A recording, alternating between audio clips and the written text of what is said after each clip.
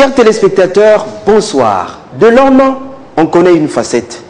Président fondateur d'un cadre associatif qui a pour credo le soutien aux orphelins du Congo. De l'homme, exceptionnellement ce soir, on connaîtra un itinéraire. Un itinéraire qui mêle ombre et lumière. Un itinéraire qui marie brume et éclaircie. Un itinéraire surtout qui a nourri la rédaction d'un livre intitulé « Une maladie incurable, ce n'est pas la fin du monde ». Et l'homme, c'est Karil Sisto Obondoko Elangi.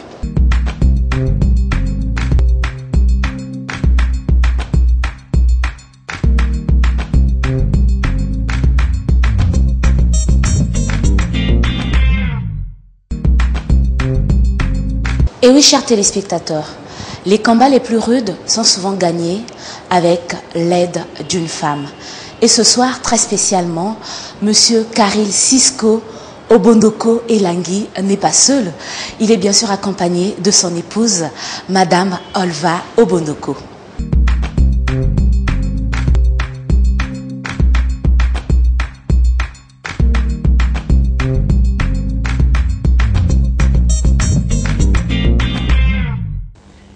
Encore une fois, bonsoir chers téléspectateurs. Vous l'avez compris, Glenn et moi sommes honorés par la présence sur ce plateau du couple Obondoko. Bonsoir. Bonsoir. Bonsoir.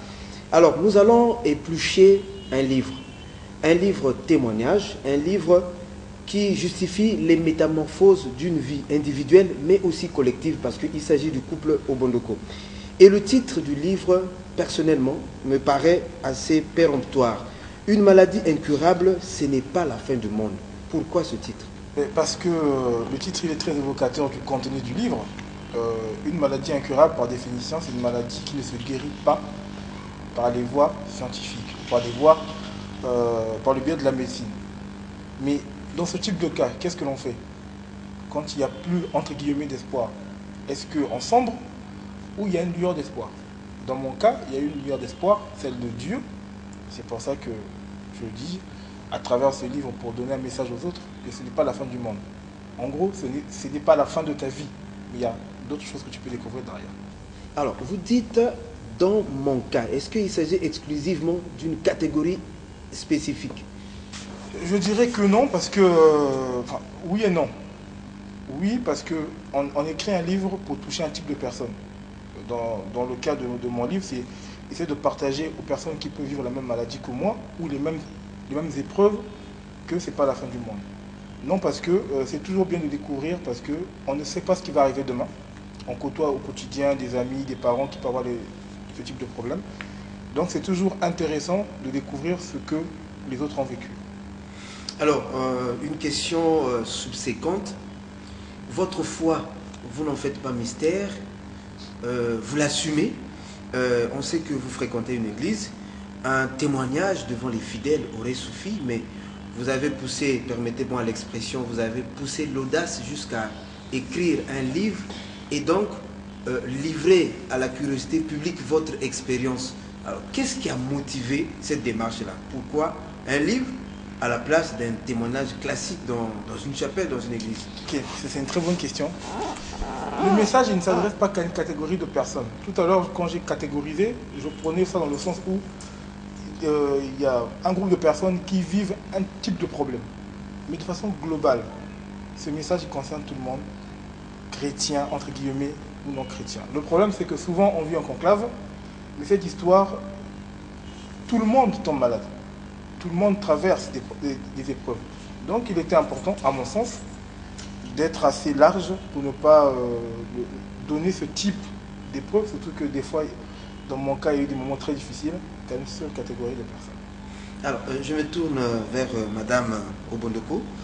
Vous avez été aux côtés de votre épouse actuelle, et alors juste infiancée, vous l'avez accompagnée dans ces moments de tourments. Qu'est-ce que ça vous fait aujourd'hui de voir ce pont, cette partie de votre histoire condensée dans ce livre? Merci. Ça me fait énormément plaisir aujourd'hui, on en parle parce que bien évidemment il y a eu quelque chose, mais avant on ne pouvait pas s'imaginer qu'on va écrire un livre, on va en parler parce que c'était difficile.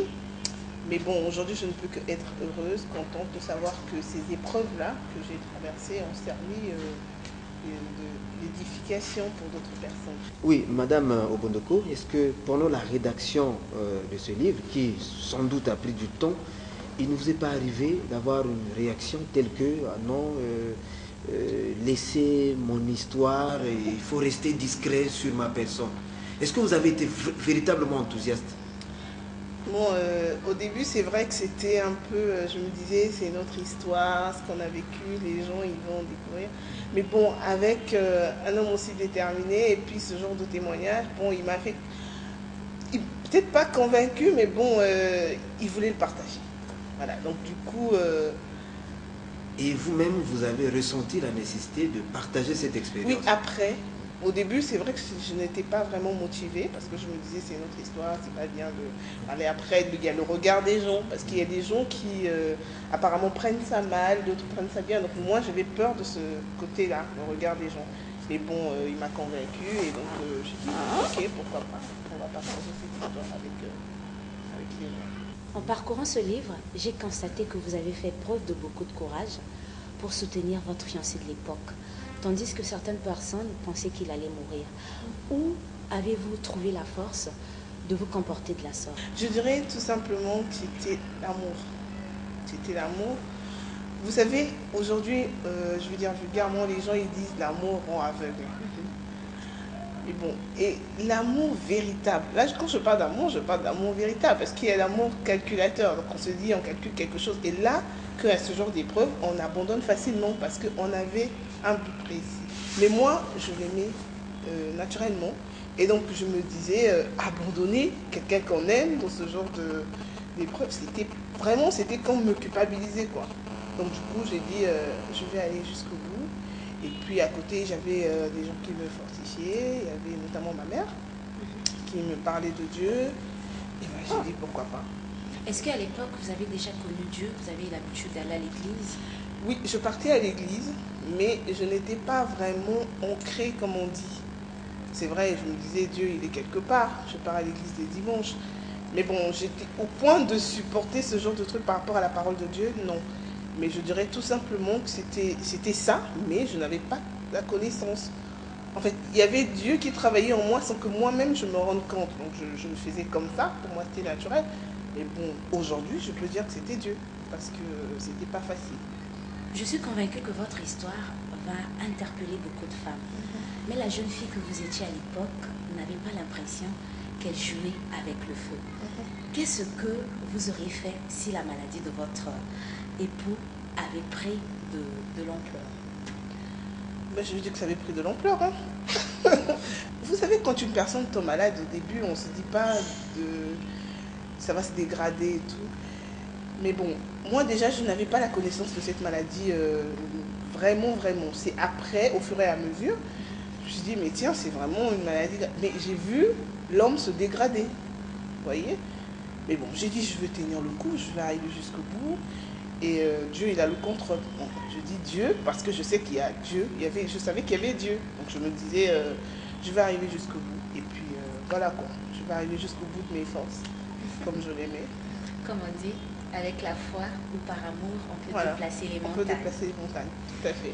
On entend dire dans la ville, vous savez que c'est une histoire qui passionne parce que elle est médiatisée. On entend dire que la jeune fille que vous étiez à l'époque, jeune fille d'apparence, mais peut-être que vous étiez très mûre et que peut-être le statut social de votre mari vous aurait poussé à cette sorte de combativité. Qu'est-ce que vous répondez?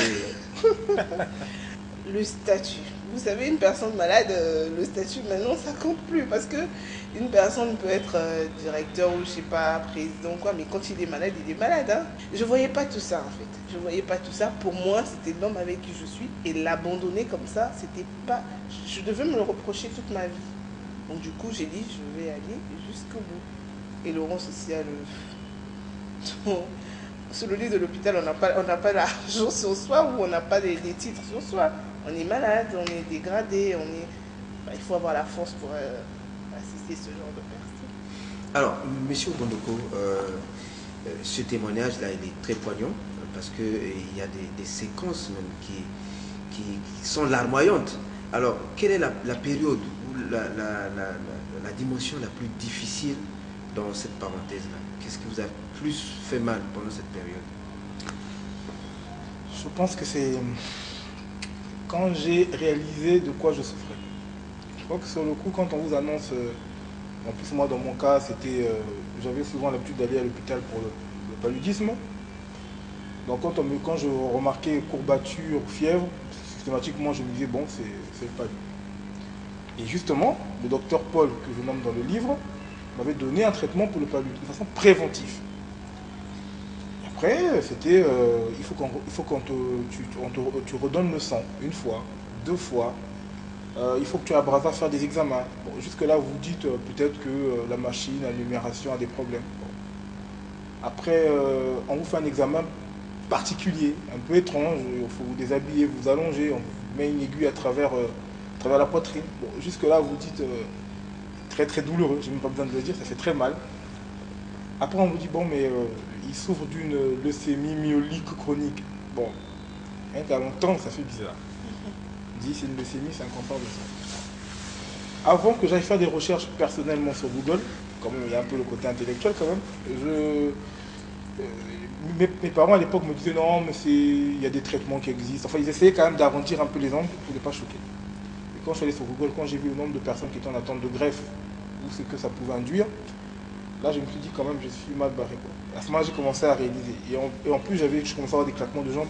Comme si le fait de découvrir la maladie, enfin de la réaliser, déclenchait encore tout ce qui arrivait derrière. Donc, contribuer à son aggravation. Il y a des moments où je me rappelle, je partais travailler, le bras droit paralysé, je signais de la main gauche, enfin des trucs pas possibles. Et après il y avait le regard des autres. Voilà, je crois que ça c'était encore plus difficile que la maladie, le regard des autres. Quand on te dit par exemple dans la rue, ah mon ami, mais qu'est-ce qu'il y a? Oh, tu vas bientôt mourir, hein. Parce que j'avais fendu, j'avais perdu quasiment 25 à 30 kilos. Et donc, voilà. Je crois que c'était surtout le regard des autres. Et se dire après, tout ce que j'ai, si je meurs, qu'est-ce qu'on fait de tout ça? Voilà, un peu ce côté éphémère de la vie, on va dire. Alors, dans le livre, il y a un déclic que vous avez négligé, un déclic qui aurait pu rapidement, promptement vous amener à la découverte de maladies. C'est l'interpellation de Jonathan qui était votre chef de chantier, qui se faisait l'écho de l'inquiétude de sa mère, maman Sabine. Alors, pourquoi avez-vous en quelque sorte tourné en dérision la prédiction dangereuse de maman Sabine, qui annonçait déjà l'occurrence de la maladie? En plus, elle n'était pas seule, parce que après avoir sorti le bouquin, j'ai pensé m'est revenu, quelqu'un me l'avait dit aussi comme ça. Je pense qu'à l'époque, j'étais pas croyant et je ne croyais pas à n'importe quoi. Imaginez-vous un peu, vous avez votre chef de chantier, il travaille chez vous, vous rentrez donc de votre milieu professionnel et on vous dit, ma mère a dit que je ne connais même pas, que tu vas bientôt tomber malade. Est-ce qu'il veut me prendre de l'argent? Est-ce qu'il veut faire le beau? Enfin, voilà, on se dit pas mal de choses. Et aussi, ça arrive à chacun d'entre nous. Il nous arrive souvent de rêver ou d'avoir des messages de diverses personnes, même des fois des tout petits. Mais on prend pas au sérieux, on banalise parce qu'on se dit non mais... Et au niveau où j'étais à cette époque-là, j'étais à un niveau où j'étais jeune, je commençais à travailler. Bon, en termes de salaire, je n'avais pas à me plaindre. C'était un moment où je prenais un peu sa responsabilité. Je construisais chez moi. Donc, moi j'avais une fiancée pas mal, assez jolie. Bon, voilà, qu'est-ce qui peut m'arriver de... Voilà, j'ai toute la vie devant moi, voilà. J'avais toute la vie devant moi, donc je ne prenais pas vraiment au sérieux. Et puis bon, il y a tellement de charlatans de nos jours que, voilà, moi je ne croyais pas à ces histoires-là à cette époque. Donc pour moi c'était un fait banal. Et aujourd'hui, avec le recul, quelle leçon tirez-vous de cette attitude-là? Aujourd'hui, je pense qu'il ne faut rien négliger. Il ne faut rien négliger parce que maintenant que je suis enfant de Dieu, la Bible nous dit de ne pas mépriser les prophéties, mais de les examiner. C'est-à-dire qu'aujourd'hui, c'est le conseil que je donne. Ce n'est pas parce que, dans mon cas, quelqu'un a vu quelque chose de vrai, que chaque fois qu'on vous parlera, ça sera vrai. Mais quand on vous donne une information, que ce soit à travers un rêve ou à travers une prophétie, prenez la peine de ne pas négliger, hein, prenez la peine d'examiner un peu ça et de prendre au sérieux. Dans mon cas à l'époque, qu'est-ce que ça me coûtait d'aller voir la maman de Jonathan à l'époque? Rien. Voilà, même si j'y croyais pas, je pouvais dire, bon ok, je vais voir ta maman, je vais l'écouter. Mais moi à l'époque, je ne voulais même pas écouter parce que j'étais dans un autre monde en fait. Donc maintenant, je fais plus attention à ce genre de détails. Alors, Monsieur Obonoko, quand vous êtes entré en tribulation à cause de cette maladie, votre esprit était perméable à toutes les hypothèses, à tous les scénarios. Et vous avez fait la rencontre des guérisseurs, des praticiens, ce qui n'était d'ailleurs pas concluant. Est-ce qu'aujourd'hui, avec le recul, vous remettez en question l'efficacité de la médecine traditionnelle? Alors, aujourd'hui, je ne remets pas en question, mais il y a quand même beaucoup de n'importe quoi. Pas la médecine traditionnelle en elle-même, parce que les gens ils ont tendance à déformer. Je ne dis pas que la médecine traditionnelle, ça ne sert à rien, non, puisque avant qu'on arrive, qu'on connaisse la colonisation et toutes ces choses, nos parents ont bien vécu. Donc c'est bien, suite à la connaissance des plantes et toutes ces choses, que nous ayons vécu. Mais aujourd'hui, nous sommes entrés dans un phénomène de mode tel que on vous promet tout. Vous entendez des gens vous dire, même via votre chaîne de télé, hein, on voit, on guérit tout. Voilà. On guérit toutes les maladies, tout. Et des fois, on ajoute même, on guérit même les femmes de Niom. Voilà. Donc le gars, il sait tout faire. Voilà. Et là, il faut faire attention. Voilà. C'est vraiment parce que les personnes que j'ai rencontrées, tous me disaient, bon, c'est bon, je vois de quoi tu souffres, ça va être réglé. On m'a fait boire des tisanes, je ne vous dis pas, de couleur noirâtre. Même quand j'y pense, des fois, ça me fait mal parce que je prenais des trucs que je ne connaissais même pas. Et qui, justement, ont fait des écoulements de ventre qui m'ont fait maigrir. Voilà. Donc, je dis attention. Attention. On ne va pas chez quelqu'un qu'on ne connaît pas. Parce que lorsqu'on est dans la maladie ou dans les moments d'épreuve, c'est ce que j'ai appris aussi, l'homme est capable de faire n'importe quoi. Voilà. Donc, voilà, c'est surtout essayer de garder toujours un peu de maîtrise lorsqu'on va voir quelqu'un. Madame Obondoko, vous étiez à ses côtés pendant la période de prise de tisane. Quel souvenir avez-vous gardé de cette période? J'avoue que même moi, quand je regardais les tisanes, des fois je me disais, mais c'est quoi cette histoire-là? Parce que c'était pas d'abord beau à voir. Mais bon, on se disait, si ça peut guérir, pourquoi pas? Donc du coup, je peux dire même que des fois je disais, il faut prendre seulement, on ne sait jamais, peut-être que ça va guérir et tout. Et bon, quand il prenait, il y avait des réactions, il y avait des mouvements de ventre, il perdait beaucoup de poids. Après un moment, je me suis dit, mais ces tisanes-là, c'est quoi et tout. Mais bon, on se disait, par tous les moyens, on peut guérir. Donc du coup, dès l'instant, tu laisses faire. Quand tu te dis, sans les tisanes, ça peut guérir.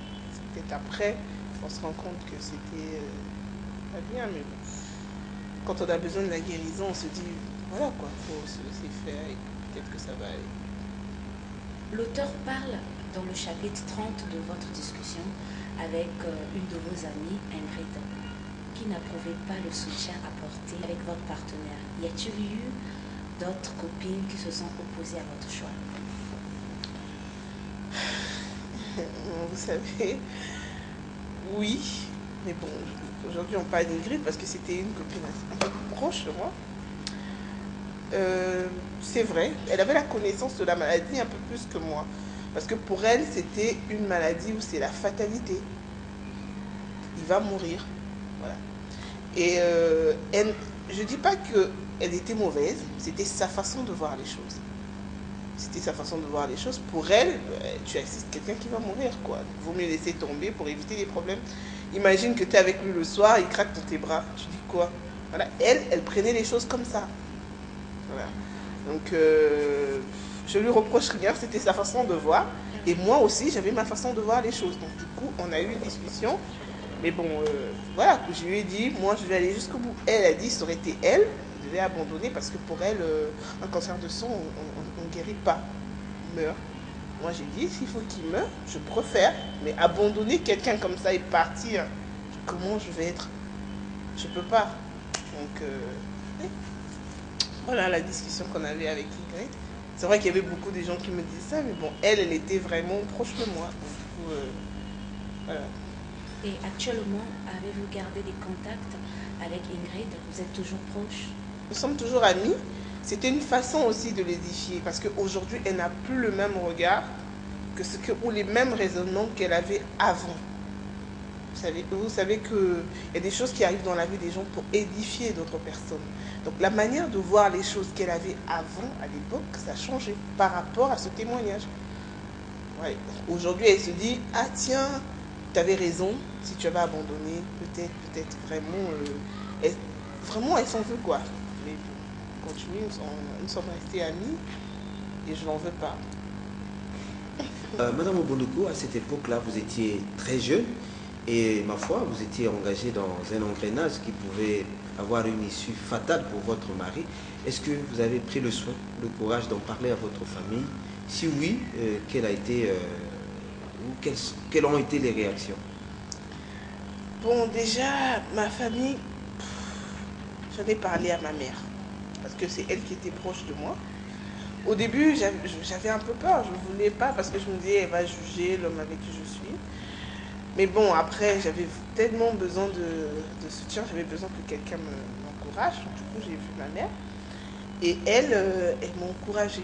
Elle a même profité de m'évangéliser, c'est-à-dire de me parler de Dieu. Voilà, comme quoi Dieu fait toutes les choses. Voilà. Donc du coup, quand j'ai parlé à ma mère, elle a dit, il faut s'accrocher, il faut accompagner la personne. On n'abandonne pas une personne quand il est malade, quand il a des difficultés. Donc du coup, elle était là, elle me parlait de Dieu, elle me parlait des merveilles de Dieu. Donc du coup, j'avais la force. Voilà. La seule personne de ma famille que j'en ai parlé, c'est ma mère. Mais les autres, un peu les tantes et tout ça. Mais pourquoi n'avoir pas mis dans la confidence papa ou les frères qui étaient avec Déjà, je n'avais plus mon père. Je l'avais perdu.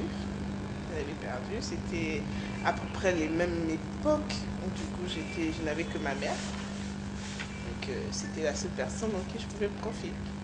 Voilà.